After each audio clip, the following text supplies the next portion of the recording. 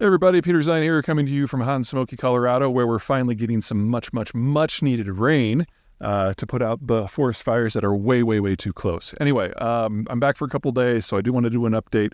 I want to talk a little bit about what's going on at the border. Now, as we all know, we had over 2 million people cross illegally last year. And whether that is good, bad, or indifferent, of course, depends upon your politics. From a rule of law point of view, questionable at best. From a political point of view, untenable. From an economic point of view, if it hadn't happened, we'd probably have 10% inflation because of labor shortages. So, pick your poison. Which problem do you want to embrace? Which problem do you want to work against? Anyway, this month, now that we're getting into, what is it already, August? Yeah, okay. Two big things going on. First of all, the number of apprehensions on the border is steadily dropping, has been for 6 months. And the reason is a package of items that Joe Biden enacted as executive orders a few months ago. These things are basically summary expulsions, much stricter rules on things like asylum. They were all things that were part of a Republican-sponsored project early in this year to remake the border that was forced upon the Democrats. But then Donald Trump thought that this would be a victory for Joe Biden, so he told his allies in Congress to scuttle the deal. And then Joe Biden went on and basically imposed a Republican ultimatum as a series of executive orders. And I don't want to say it's working. It's too soon to know for sure. But we have definitely seen detentions at the border drop by roughly a third in that period of time. And so we're well below the high levels of where we were for detentions and crossings last year. And so far in July and August, we don't have full data, but preliminary suggests that trend is continuing. That's piece one. Piece two is that folks from beyond Central America, remember that the majority of folks crossing the United States are from the failed or nearly failed states of Honduras, Nicaragua, and El Salvador. But there is a large and growing group that is coming from everywhere else, with India, Russia, and China especially being the big players.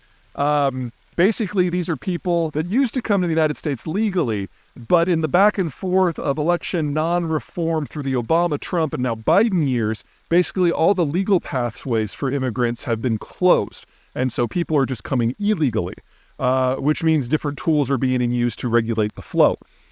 Specifically, what Biden has done is he's had a series of deep conversations with his peer across the border in Mexico, AMLO, Lopez Obrador, the president, and has quietly, behind the scenes, cut a deal where Mexico will be actually the first line of defense. So this makes it more difficult for people from those failed states to travel north. Basically, once they get to the northern border, they're put on buses and shipped back to the southern border.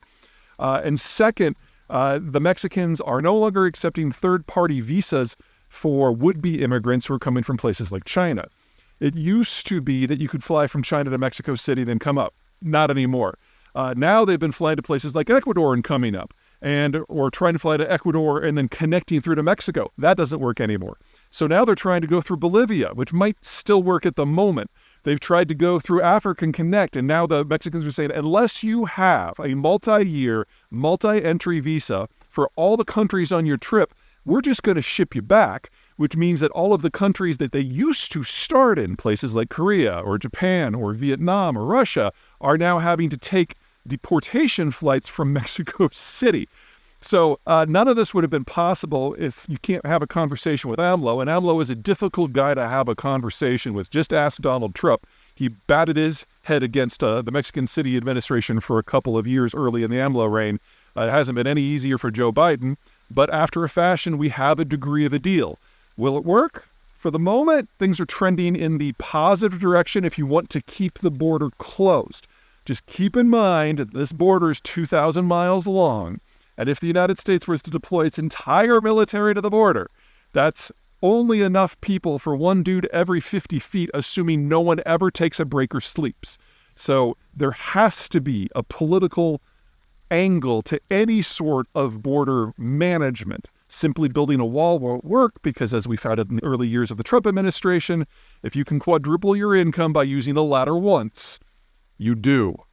And the wall actually has not done a great deal to inhibit people who would have crossed illegally. However, a political deal, as we saw between Trump and AMLO, as we're seeing now between Biden and AMLO, that turns all of Mexico into a kind of a wall. And that works a lot better.